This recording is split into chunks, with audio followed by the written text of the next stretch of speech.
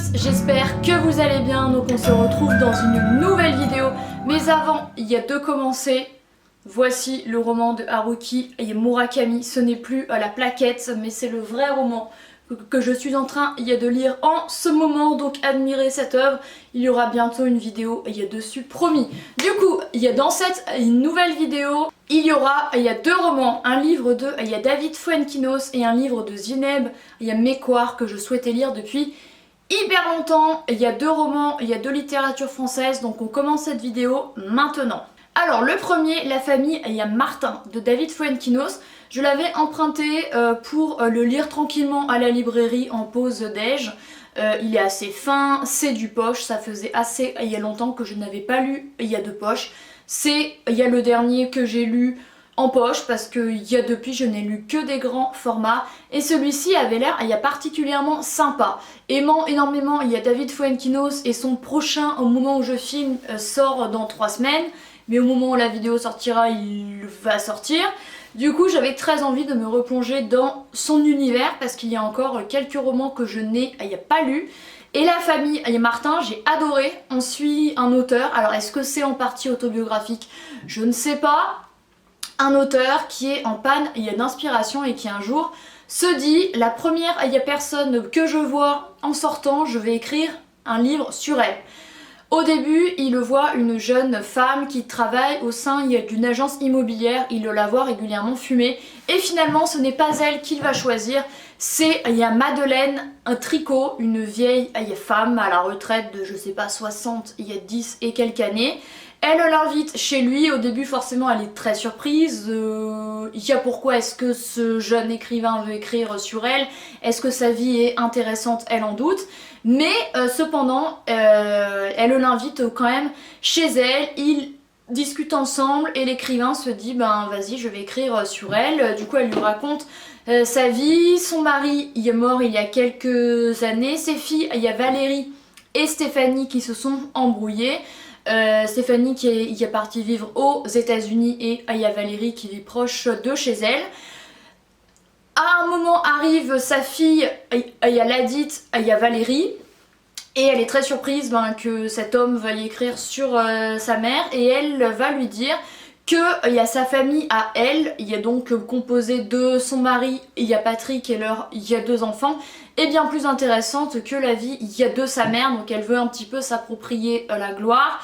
J'ai eu un peu cette impression là, et du coup elle l'invite chez eux, il y a Patrick qui est assez taiseux, il y a les 2 ados ne parlent, il y a pas trop, surtout il y a la fille qui le regarde bizarrement, elle se demande vraiment ce qui vient fiche ici. Et Valérie va se confier sur sa vie à l'écrivain, elle est prof, son mari travaille au sein d'une entreprise d'assurance, il se fait harceler et lui aussi va se confier, ils vont déjeuner ensemble. Bref, l'écrivain va en savoir plus sur la famille, il y a Martin, une famille lambda et mais qui comme chaque famille a ses problèmes, a ses joies, etc.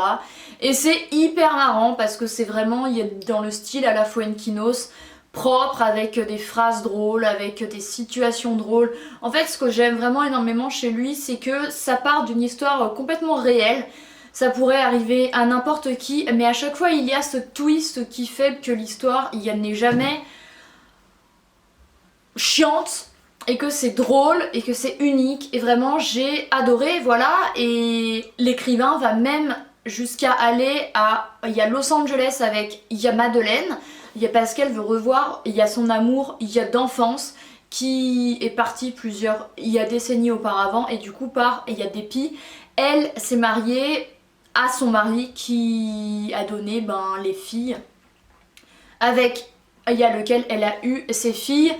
Mais voilà, son vrai amour c'était un autre homme qui habite aux États-Unis et l'écrivain reprend contact avec lui sur les réseaux sociaux et ils vont se rencontrer en vrai aux États-Unis. Donc il y a vraiment ce twist comme ça très original parce qu'il le connaît, il y a la vieille femme que depuis quelques semaines et ils vont aller aux États-Unis ensemble. Voilà, c'est hyper sympa, je lui mettrai facilement un 9 sur 10.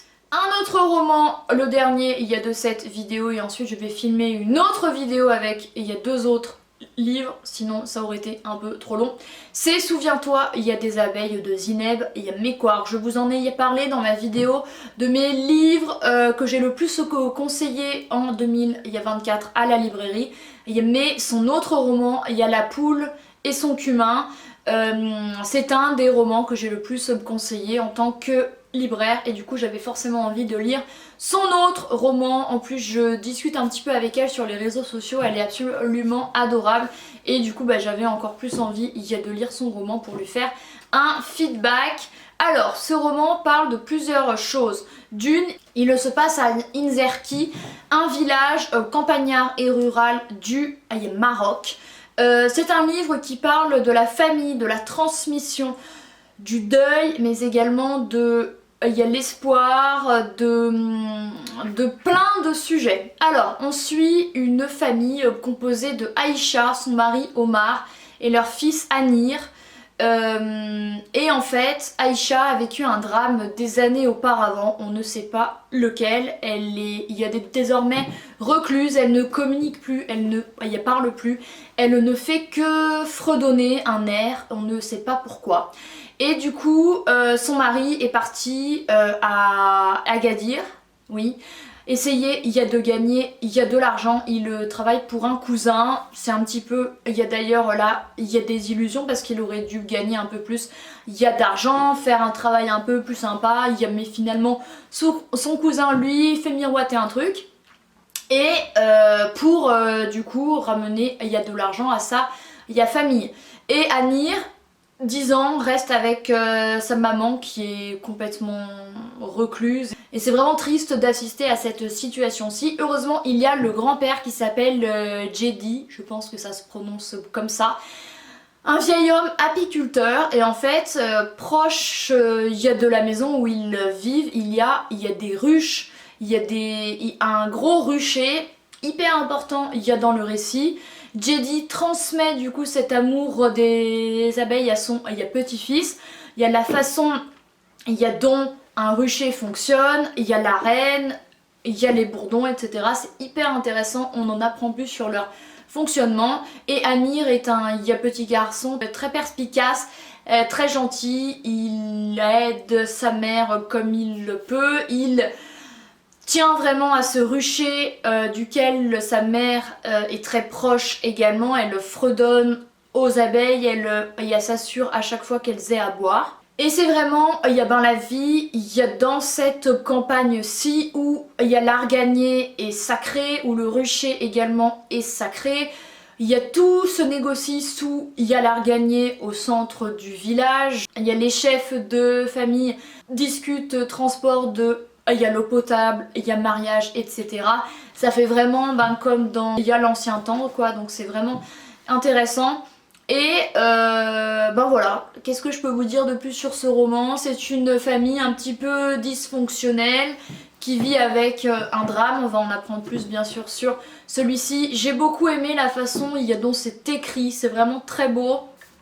Je l'avais commencé à la librairie en caisse et c'est vraiment très appréciable de se plonger dans cette ambiance-ci. On est complètement dépaysé, on a ce lot d'informations sur les abeilles, sur la façon dont on peut vivre à la campagne au Maroc ou qui quand même évolue. Parce qu'avant il y avait une famille qui avait son propre rucher, son propre terrain, etc.